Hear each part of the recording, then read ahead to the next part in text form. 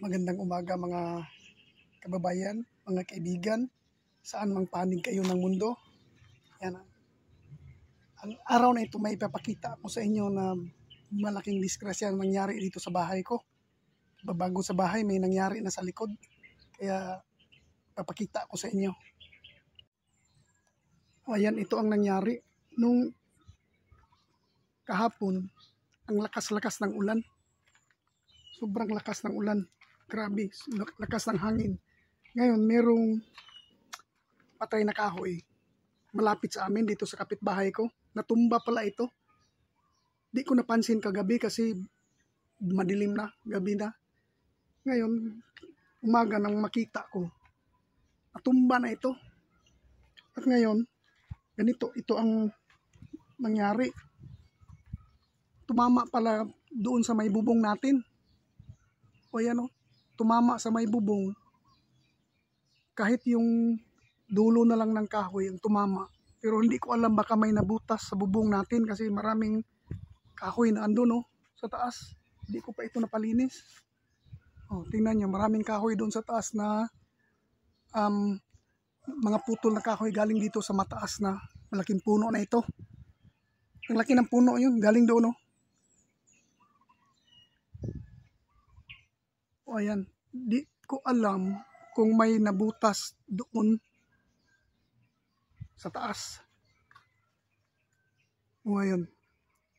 Kaya ipatsik ko ito kung anong nangyari doon sa bubong. Sa bagay, wala namang tumulo doon sa kwarto. Itong room na ito, wala namang tumulo. Kaya iwan ko kung ano ang nangyari doon sa taas. Ano? Tingnan nyo, ang dami. Dami abot hanggang dito. Ayan. Abot hanggang dito. Ayan. At doon, ang daming kahoy sa taas. Yun may mga kahoy doon Yan, galing yan dyan. At saka yung drain niya dito. Drain niya. Ang daming kahoy sa loob. Ayan i-zoom natin. Nandun i-zoom pa natin. Nandun, ang dami. Ayun pa. Dito nadaganan talaga. Ayan, nadaganan talaga yung yung kubo natin. Ganon din nadaganan Patay na kahoy na tumba. Saka dito, tingnan nyo sa baba. Daming mga napuputol na kahoy galing dyan. Kung sino ang malapit dyan na pwedeng kumuha ng panggatong, nandito, ang dami. Isang puno talaga bumagsak papunta dito sa akin, Ayan, Dito sa baba, ang dami, Ang dami sa baba.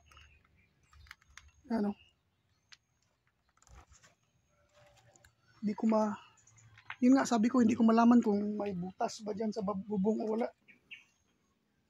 Ayan nasa taas na talaga. Iwan ko kung paano ito, kaya ba ito ng hagdan mamaya. Paakyat ko yan. Sana hindi mabutas, walang butas. Ganyan ang niya dito sa baba. Ibis nagki-clear up ako, ang dami na namang mga sanga ng kahoy na napunta sa akin. Ayan Ayan. Nandito tayo sa loob ng kwarto. Dito kasi banda tumama yung kahoy na natumba galing sa ibang area. Yan. Sabagay, wala namang marks. Mayroong marks na tumulo yung tubig. Dito, tingnan natin sa may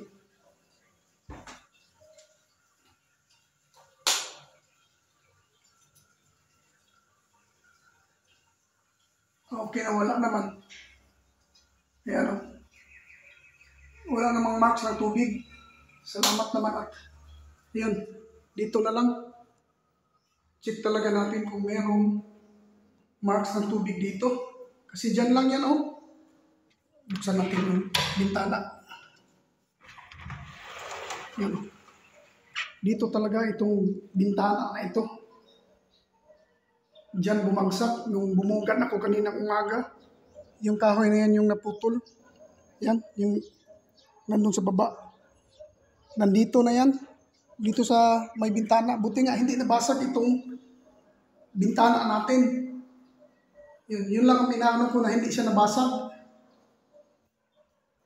Kasi dumikit na yan, oh, yung tinanggal ko yan eh. Yan, oh. Tinanggal ko na yan. Inilagay ko sa tabi.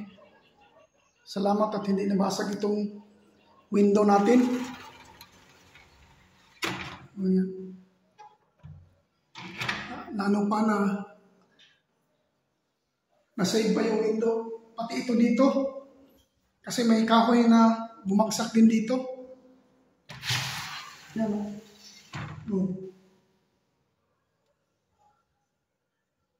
Ayan. Kaya salamat sa Panginoon at walang nangyaring masama sa pagbagsak ng kahoy na yan.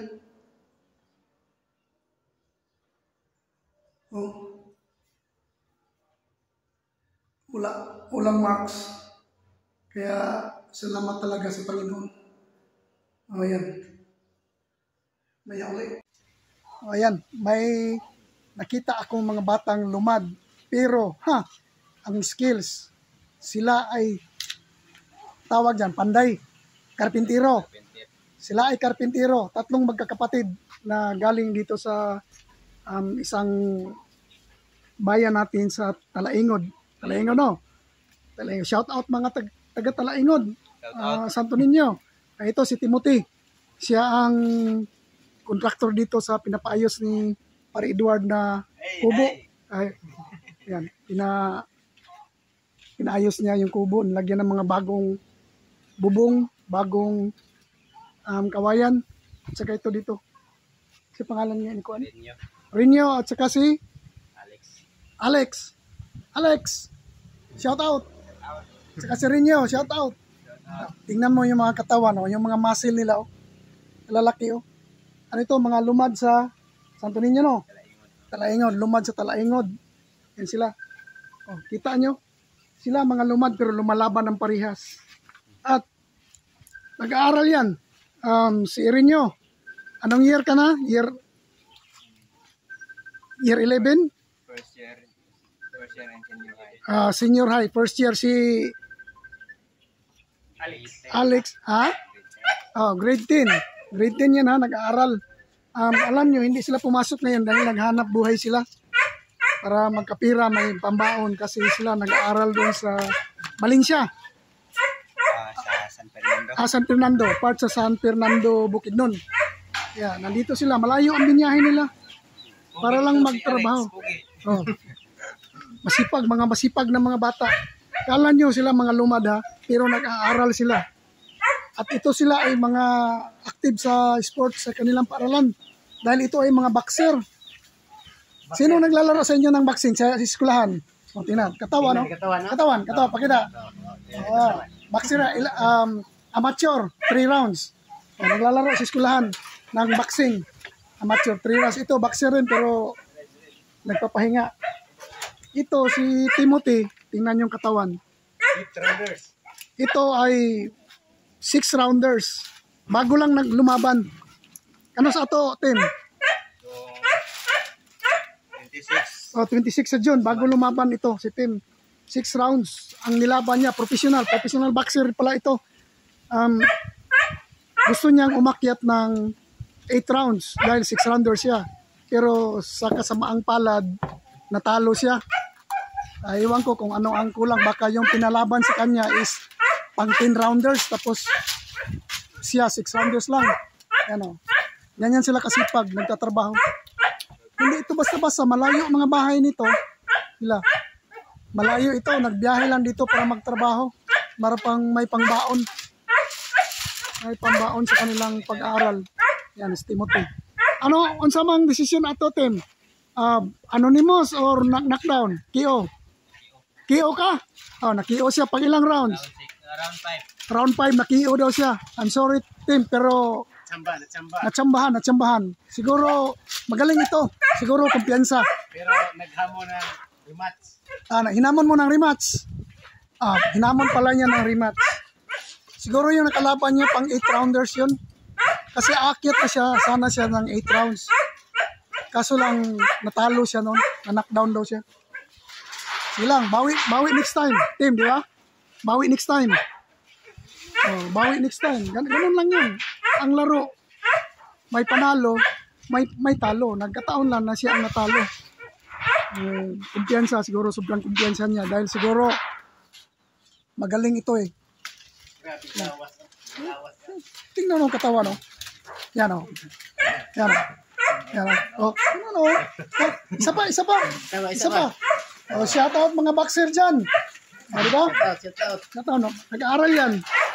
Sana mapansin ito sila sa eskwelahan. Yung kasipagan nila, yung active nila sa sports. Kinsa ba i-shout out ni mo, Lex? Sa eskwelahan, ang mga uyab. Shout out kang ma'am. Shout out kang Ma'am Stella. Ma'am Stella, shout out. Ma'am Stella, I love you. Ay. Yes, Ma'am Stella. Shout out ko sa mga classmates. Sa Winchester. Nag-eskwela ka, Winchester? Oh my God, nag-aaral pa. College. Third year college. Third year college pala ito. Si Timothy, unsang kurso? Education ha. Imagine niya mga katutubo nag-aaral dito sa amin. Third year college pala ito si Timothy. Tapos boxer din siya. Professional boxer. May lisensya yung kamay. At saka nagtatrabaho ganitong trabaho mga karpintero. Kahit ano, pinapasok nila ito.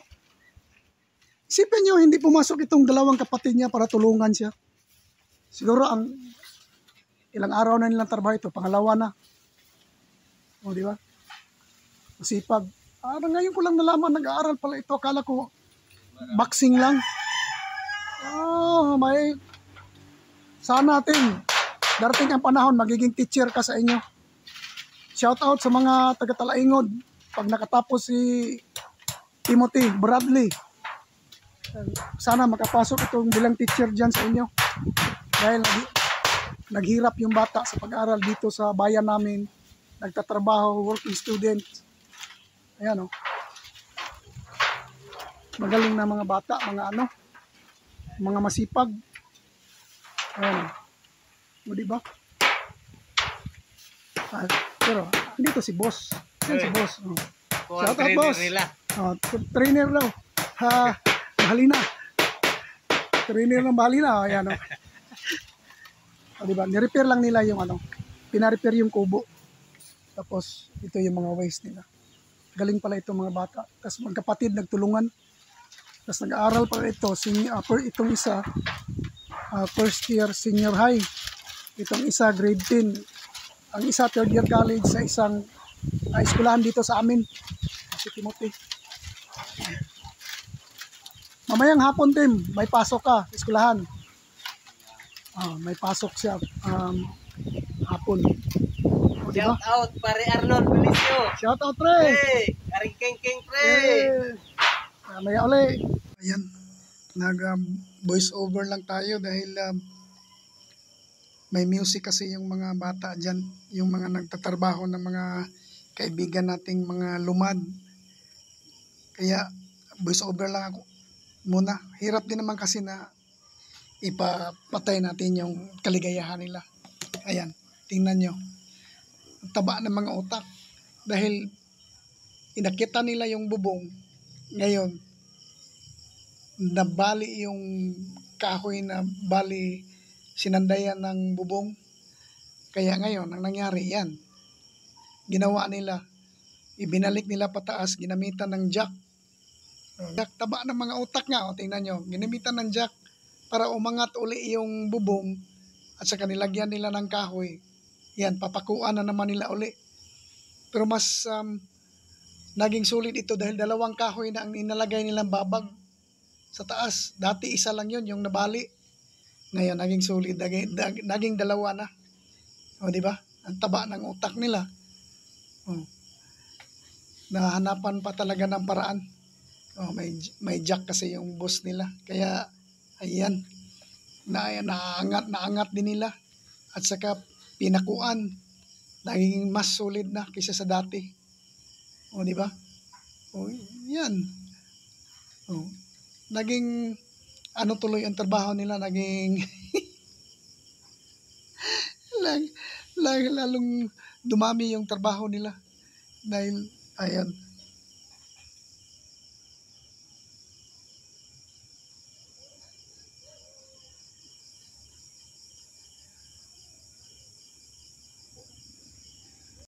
O, yan na. Nilipat na naman nilang hagdan, oh. Yung mga malalaking katawan, no? Tingnan mo yung katawan ng mga taga-Talaingod. O, di ba? Lipat na naman yan dito sa kabila. Akyat si Timothy Bradley. Ayan. Ayan, oh. Tingnan mo muscle ng dalawa. Oh? Parang nagsisibak ng kahoy araw-araw. So, ano yan, nagsa-shadow fight yan palagi dahil mga boxer yan. Yan umakyat to. Kala mo, ganyan-ganyan lang yan. Pero professional boxer yan. Lisensyado ang kamay niyan. Lansang team! Tira natin. Tira to! Di ba team, no? Hilabtanon niyo ko, team. Yan yung hilabtanon niyo ko.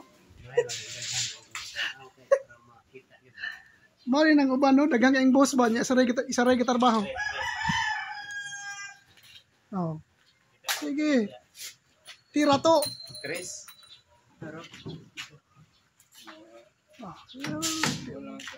Pukpok na si Timo. Ano mga batang karpintero. Oh. O, di ba? Yung kagandahan dito, yung boss nila, maraming savings na kahoy na kukulamber. Marami siyang kukulamber na savings. O, di ba?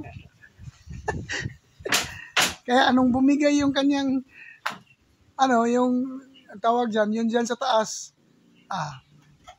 pinalitan agad. Dahil marami siyang savings na,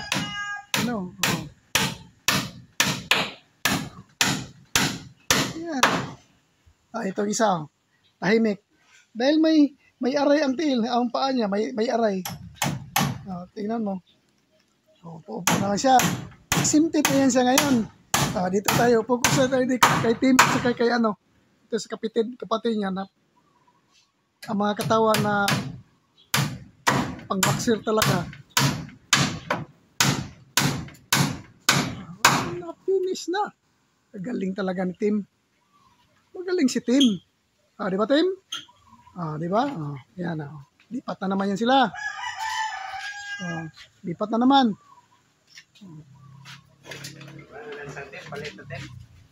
Yan. Dagan savings. Basta dagan savings ka ng mga tinanggal. Diyan na naman sila. Akit na naman yan. Di ba? Sino nga akit sa inyong dalawa? Warad na lansang usi. Isa na kilo. Isa kilo. Di ba?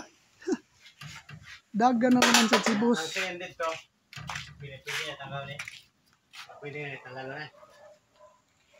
Yan. Tanggalin na, tanggalin. Di ba? Yan, taba ng utak nila, oh. Di. Tingnan mo. Gaano taba ng mga utak nila? Di ba?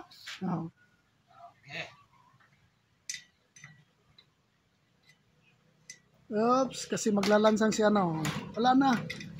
Pwede na. Di ba? Wala na, finish na. Wala na. Pako, Tim!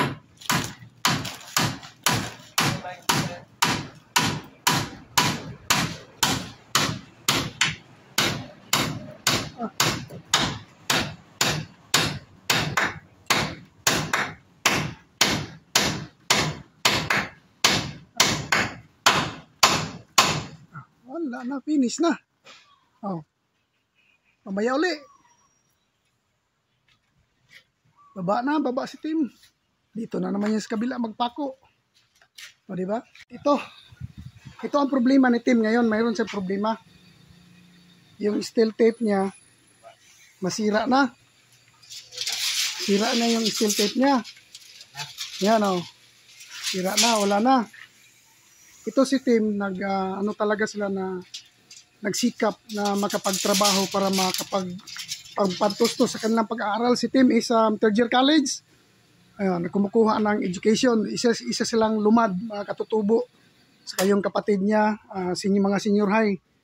Ito, sana magiging scholar ito dahil sa pagbuboksing niya sa eskwelahan. Ngayon, pinahiram sila ni, ito yung kay si boss nyo. Guba po nito. Pinahiram sila, sira din. Sira. Hindi nila ma-reading properly yung gusto nilang kunin na sukat dahil puro sira yung steel tape. Ngayon, Okay ra na yung kuan. Dito ni. Ngayon, gusto mo ng bago? Gusto mo ng bago? Pwede. Ibigyan ko kayo. Ibigyan ko si Tim ng power tape na 10 meters, 33 feet. Sa'yo na yan. Salamat kayo. Bago. Hindi pa yan nagamit. Ayan, di ba? Sa'yo na yan. May pakapin pa. Ganito. Pwede na pakapin. Di ba? Binigyan natin sila. Kailangan nila masyado. Meron ako, hindi ko pa nagamit yan. Salamat kayo. Ano masasabi mo? Salamat kayo. Ano yung kuan? You're welcome. Nandito na lang tayo. Yan ako yung magamit. Naanakay? Yan ako yung kuan. May magamit na raw siya, sabi niya. Na insaktong sukat. Makuha na niya insaktong sukat dahil bago. Alright. Dito na lang. Bye-bye. Yan. Smile, Tim. Yan. Ayan. Dito ko na muna tatapusin itong vlog na ito. Ang araw na ito, napakasaya. At meron tayong nakita mga batang karpintero. Ito yung boss nila. Shout out. Next time ulit.